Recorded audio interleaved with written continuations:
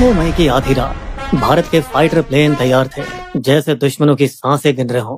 Scalp cruise missiles, hammer बम और हमारे कामिकाज़े drone भी तैयार थे। पिछले 12 दिनों से एक सीक्रेट कंट्रोल रूम में NSA अजित डोभाल की निगरानी में देश के सबसे घातक दिमाग मिशन बना रहे थे, एकदम चुपचाप मगर जानलेवा। टारगेट थे POK और पाकिस्तान के आतंकी अड्डे। एक एक इंच की खबर सटीक तरीके से रखी गई थी। 2 हफ्ते पहले उन हरामी आतंकवादियों ने कहा था, तो जाके मोदी को बता।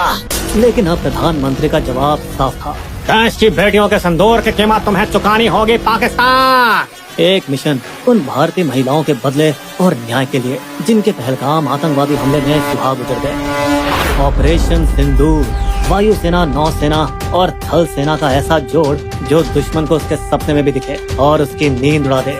मई सा रात 1 बजे से 1:30 बजे के बीच हमारे लड़ाकू विमान और ड्रोन ने 24 हमले किए और आतंकवादी संगठनों LET, जैश और हिजबुल मुजाहिदीन के 9 ठिकानों को तबाह कर डाला। 4 पाकिस्तान में और 5 POK में। 70 ढेर, 60 घायल, धुआं कर दिए सारे ख्वाब इनके। इनमें सबसे बड़ा हमला था बहावलपुर में मरकज सुभान अल्लाह कैंप, जो जैश ए मोहम्मद का मुख्यालय भी था। वही संगठन जिसने 2019 पुलवामा हमले को अंजाम दिया था। इसके साथ ही अब्दुल रऊफ अजहर, मसूद अजहर का भाई, जिसने IC 814 हाईजैकिंग प्लान किया था, भारत के मोस्ट वांटेड आतंकवादियों में से एक, वो भी इसमें जहन्नुम चला गया। साथ ही मसूद अजहर के घर में उसके परिवार के 10 सदस्य और 4 करीबी सहयोगी भी ऊपर निकल लिए।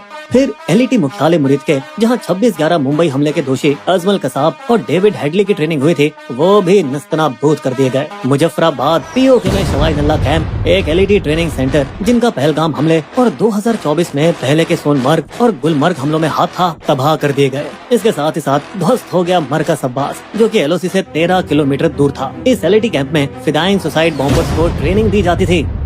अगली सुबह 7 मई 10 बजे ऑपरेशन सिंदूर नाम को आगे बढ़ाते हुए 2 महिला अधिकारियों IAF wing commander Vyomika Singh और सेना की कर्नल सोफिया कुरैशी ने मीडिया को जानकारी दी, हिंदू मुस्लिम एकता की मिसाल देते हुए। हमारी कर्नल सोफिया अकेली शेरनी थी, जिन्होंने फोर्स 18 में भारत की कमांड संभाल रखी थी, जहां बाकी देशों की फौज मर्द चला रहे थे। वही नवंबर 2020 में विंग कमांडर व्योमिका सिंह ने अरुणाचल में एक जानलेवा रेस्क्यू मिशन को लीड किया, जहाँ मौसम बेरहम था और ऊंचाइयों से भरा था। फिर भी सब झेलते हुए उन्होंने वहाँ काम किया। दोस्तों, आपको बता दें, उरी के बाद 12 दिन में स्ट्राइक हुई थी। पुलवामा के बाद भी 12 दिन में बालाकोट को उड़ाया गया था और अब पहलगाम के 14 दिन बाद आया ऑपरेशन सिंदूर, अब तक की सबसे बड़ी और घातक स्ट्राइक। दोस्तों, पाकिस्तान बौखला गया है। उसके इंटरनेट के जोकरों ने अफवाह उड़ाई, राफेल गिरा दिया, इंडियन आर्मी बेस तबाह हो गया। पर दोस्तों, PIB ने 2-2 कह दिया है, सब फर्जी है, झूठ का पुलिंदा है। और अटैक के सिर्फ 1 घंटे बाद ही पाक आर्मी ने LOC पार से कायराना बमबारी शुरू कर दी, जिसमें उनकी बौखलाहट नजर आ गई। दुर्भाग्य से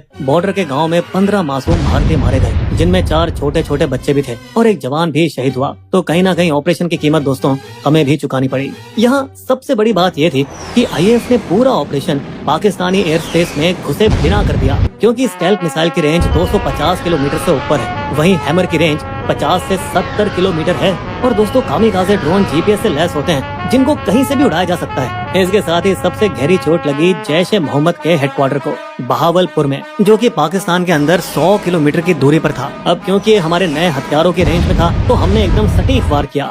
यहाँ गौर करने वाली बात यह है कि भारत ने पाकिस्तानी आर्मी के किसी भी ठिकाने को छुआ तक नहीं, क्योंकि दोस्तों हमें युद्ध नहीं, इंसाफ चाहिए था।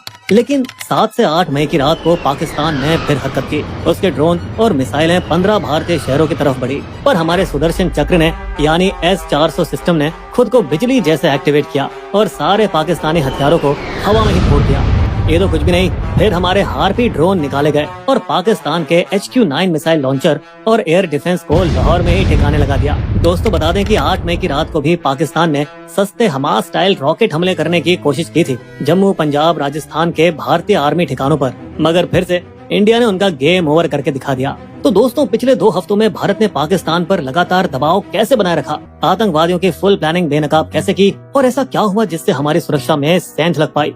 भारत ने आखिर ऐसे क्या ठोस कदम उठाए और कैसे पहलगाम दोषियों को उनके छिपे हुए बिलों से निकाल कर भगाया गया। दोस्तों, हमारा पहलगाम पार्ट 2 इन्हीं सवालों का जवाब देगा। तो पहलगांव हमले के कुछ घंटे बाद ही मामला बिगड़ने लगा और आईएएफ ने राफेल जेट के साथ आक्रमण की तैयारियां शुरू कर दी। वहीं नौसेना के आईएनएस सूरत ने एक सफल सरफेस टू एयर मिसाइल का टेस्ट किया। इस सब की वजह से बॉर्डर के उस पार पाकिस्तान के पसीने छूटने लगे थे और उन्होंने पूरी फौज को अलर्ट कर अरेबियन सी में अपने मिसाइल टेस्ट किए और भारतीय विमानों को ट्रैक करना शुरू किया। दोस्तों, पाकिस्तान का एलओसी के पार बेवजह अटैक करना और उस पर हमारी फौज का धुआंधार जवाब हमले के दिन से ही जारी है। लेकिन यहाँ सबसे बड़ा ब्रह्मास्त्र तो भारत ने निकाला इंडस वाटर ट्रीटी का पानी बंद करके, जिसकी वजह से लगभग 80% पाकिस्तान सूखा पड़ सकता है, खासकर पंजाब और सिंध जैसे इलाकों में जहाँ खेती इसी पानी पर टिकी है। और ये कोई छोटी बात नहीं है दोस्तों, क्योंकि 1960 की इंडस वाटर ट्रीटी आज तक कभी नहीं तोड़ी गई, न ही युद्ध के समय और न ही आतंकी हमलों के बाद। मिट्टी हटाने के बहाने भारत ने चिनाब नदी के बहाव को इस कदर रोक दिया कि पानी अब सिर्फ 1.5 फीट रह गया है, जिससे लोग अब पैदल नदी पार करने लगे हैं। इस मास्टर स्ट्रोक के चलते भारत ने झेलम और चिनाब नदियों पर 5 नए पावर प्रोजेक्ट्स को फास्ट ट्रैक पर डाल दिया है, जिन्हें पूरा होने में 3 से 5 साल लग सकते हैं। दोस्तों, आपको बता दें कि अब तक ये सब करने के लिए ट्रीटी के तहत पाकिस्तान की मंजूरी लेनी पड़ती थी, लेकिन इस बार कतई नहीं। इंडिया फिर से झेलम नदी पर बांध शुरू करना चाहता है ताकि पानी के फ्लो को कंट्रोल किया जा सके और वो पीओके या पाकिस्तान में अपनी मर्जी से बाढ़ या सूखा ला सके। बता दें कि भारत में रह रहे पाकिस्तानियों को वापस घर भेज दिया गया है और बाघा अटारी बॉर्डर भी सील कर दिया गया है। इतना सख्त रवैया अपनाया गया है कि एक सीआरपीएफ जवान को बर्खास्त तक कर दिया गया जब उसने एक पाकिस्तानी महिला से शादी की बात को छुपाया था। दिल्ली में पाकिस्तानी एम्बेसी में जो भी फौजी अफसर थे सबको वापस भेज दिया गया और भारत ने अपने 25 अफसर भी इस्लामाबाद वाली एम्बेसी से वापस बुला लिए। इस पर पाकिस्तान ने अपना एयर स्पेस बंद कर दिया और भारत ने भी यही कदम उठाया, मगर इससे भारतीय एयरलाइनों को हर महीने 300 करोड़ का एक्स्ट्रा खर्च आएगा, क्योंकि अब उसे पाकिस्तान के आसपास से अपनी उड़ानों को मोड़ना पड़ेगा। लेकिन 2019 में पुलवामा के बाद भी उन्होंने 700 करोड़ रुपए का नुकसान उठाया था, फिर भी उन्होंने राष्ट्रीय हित में ये नुकसान हंसकर झेला था। व्यापार को बंद करने के साथ ही भारत ने पाकिस्तान के साथ सभी इम्पोर्ट और एक्सपोर्ट पर रोक लगा दी है। और अब क्योंकि भारत पाकिस्तान को दवाइयां बनाने का 60% कच्चा माल और जरूरी केमिकल सप्लाई करता था, इसीलिए अब पाकिस्तानियों की वाट लगने वाली है, क्योंकि अब वहाँ दवाइयों की कीमत 10 गुना तक बढ़ जाएगी। इसके बदले में पाकिस्तान ने 1972 का शिमला समझौता होल्ड पर रख दिया है। वो समझौता ही इतना मजाकिया है जैसे पाकिस्तान का दावा है कि वो आतंकवाद को सपोर्ट नहीं करता। इस तरफ भारत लगातार अमेरिका, चीन, रूस, यहाँ तक कि सऊदी अरब और यूएई पर दबाव डालने की कोशिश कर रहा है ताकि वे पाकिस्तान को हथियार और पैसे देना बंद करें और उसे दुनिया के सामने एकदम अलग थलग कर दें। इन सब चीजों ने पाकिस्तान में इतनी खलबली मचा दी है कि हाफिज सईद के घर के बाहर सुरक्षा बढ़ा दी गई है और स्पेशल सर्विस ग्रुप के कमांडो को तैनात कर दिया गया है। दोस्तों, बता दें कि पीओके पहले ही कई दिनों से इमरजेंसी में था, जहां 1000 से ज्यादा मदरसे सावधानी के तौर पर बंद कर दिए गए थे। वहीं चकोटी जैसे गांव में, जो सीमा से सिर्फ 3 किलोमीटर दूर है, वहां माता पिता बच्चों को अंदर बंकरों में डालकर उन्हें मजबूत किया जा रहा था। और इन सब के बीच हमारी एनआईए ने पूरा जोर लगा रखा है अपनी डिजिटल जासूसी से आतंकियों के मुजफ्फराबाद और कराची के खुफिया अड्डे ट्रैक किए हैं और खुलासा किया है कि कैसे टीआरएस के मास्टरमाइंड कसूरी ने 2 लोकल कश्मीरी अनंतनाग से आदिल ठोकर जिन्हें लीडर बनाया और सोपोर के आसिफ शेख को उसका साथी। दोस्तों, इनकी कहानी कुछ इस तरह है कि 10 साल पहले ठोकर बस एक पार्ट टाइम स्कूल टीचर था, लेकिन जब उसने मारे गए आतंकियों के जनाजे में जाना शुरू किया तो ऐसे उसकी आंखों में जन्नत का सपना आने लगा। जिहाद में जुड़ जाओ। और बिना किसी को बताए ठोकर लीगल वीजा पे अटारी बॉर्डर क्रॉस करके पाकिस्तान चला गया और वहाँ जिहाद और हथियारों की ट्रेनिंग ली। आतंकी प्लानिंग की शुरुआत हुई थी एलईटी कमांडर फारूक अहमद और हाशिम मूसा के साथ, जो पाकिस्तान सेना के पूर्व कमांडो और हमले में भी शामिल थे। पहलगांव हमले के 8 महीने पहले अक्टूबर 2024 में ठोकर ने ही पाकिस्तानी आतंकी हाशिम मूसा और तलहा को लेटेस्ट हाईटेक हथियार के साथ एलओसी पार कराई गई। फिर उनको जम्मू के पूंछ रजौड़ी सेक्टर के मुश्किल रास्तों से कश्मीर में घुसाने में मदद कराई गई। मुगल रोड के घने जंगलों से वे जंगल के बहुत अंदर जाकर छिप गए। अपने झूठे नाम मूसा और यूनुस के जरिए वे चाइनीज ऐप पे बात करने लगे, ठीक वैसे ही जैसे पुलवामा हमले के दौरान किया गया था।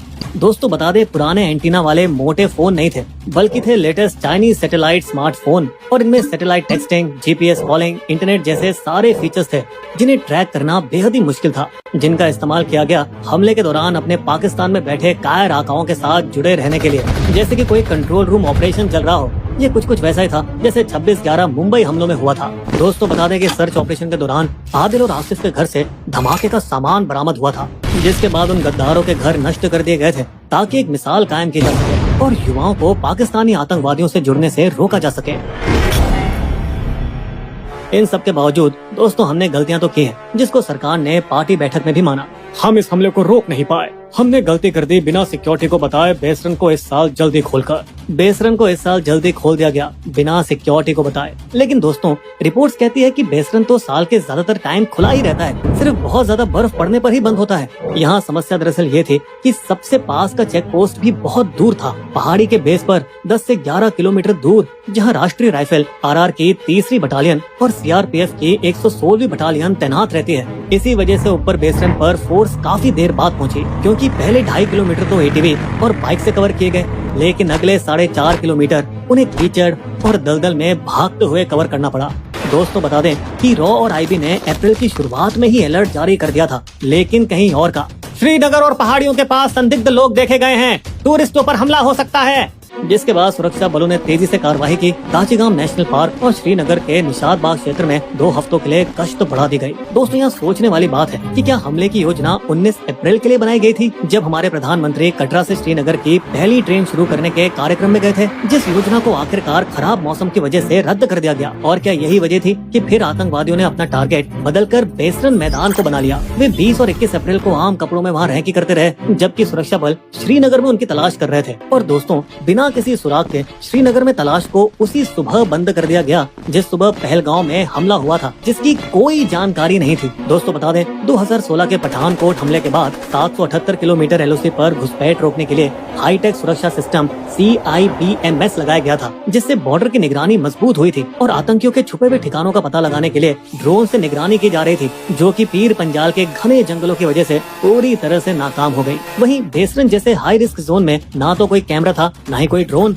और तो और 2020 में चीन के साथ झड़पों के चलते 3री राष्ट्रीय राइफल RR को पूर्वी लद्दाख में भेजना पड़ गया था, और उसी दौरान उसका कुछ हिस्सा दोबारा बेसरन के पास मुगल रोड के इलाके में तैनात किया जा रहा था जब ये घटना हुई थी। और इसी वजह से पिछले 5 सालों से बेसरन घाटी के आसपास मुगल रोड के 10 किलोमीटर के बफर जोन की सुरक्षा सिर्फ 116वीं CRPF बटालियन ही संभाल रही है। और इसी सिक्योरिटी गैप का फायदा उठाकर आतंकियों ने पीर पंजाल के जंगल और गुफाओं में अपने अड्डे बना लिए थे, जिसके बाद ये साफ नजर आ रहा था कि कैसे दोनों चीन और पाकिस्तान से लड़ने की वजह से हमारे सुरक्षा बलों को विभाजित और खींच दिया गया था। और ऊपर से सरकार ने जब कोरोना के दौरान फौज की भर्ती बंद की तो सेना में 1.2 लाख जवानों की कमी भी हो गई थी। लेकिन दोस्तों सुधार के कदम शुरू हो चुके हैं। पहलगाम के 17-18 सबसे खतरे वाले पॉइंट्स पर CRPF के चेक पोस्ट और ड्रोन सर्वेलेंस लगाए जा रहे हैं, और 72वीं इन्फेंट्री डिवीजन ने लद्दाख में राष्ट्रीय राइफल्स की जगह ले ली है, ताकि इसे पूरी तरह से जम्मू में फिर से तैनात किया जा सके, जो कि बढ़िया है, लेकिन थोड़ा लेट है। फिर भी पुराने जमाने की तरह जंगलों में लगातार गश्त और स्थानीय मुखबिरों का होना ही इसका समाधान है, क्योंकि सब कुछ शुरू हुआ एक छोटी सी चोरी से,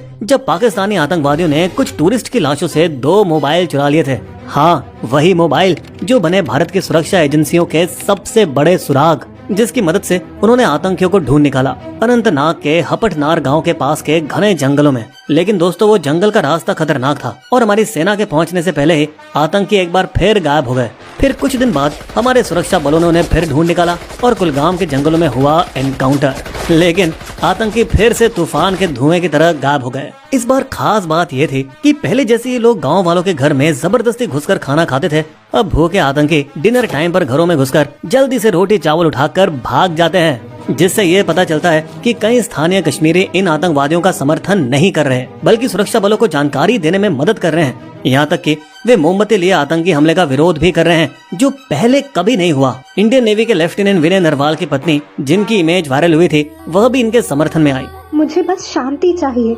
मुस्लिमों और कश्मीरियों के प्रति कोई नफरत नहीं फैलनी चाहिए। जिस वजह से उन्हें टारगेट बना दिया गया, उन्हें ट्रोल्स द्वारा गाली दी जा रही है। लेकिन फिर यहाँ हमारी सरकार ने हिंदू मुस्लिम एकता का नेक संदेश दिया, एक हिंदू और एक मुस्लिम महिला अफसर को ऑपरेशन सिंदूर का चेहरा बना के, जो कि एक बहुत ही घातक और तगड़ा हमला था, जो अब पाकिस्तान को अगला आतंकवादी हमला करने से पहले 2 बार सोचने पर मजबूर करेगा। दोस्तों हमें उम्मीद है कि हमले के सीधे जिम्मेदार आतंकवादियों को भी जल्द ही पकड़ लिया जाएगा। इस भारी तनाव की घड़ी में हम ये आशा करते हैं कि दोनों न्यूक्लियर देशों के बीच जंग नहीं, अमन हो।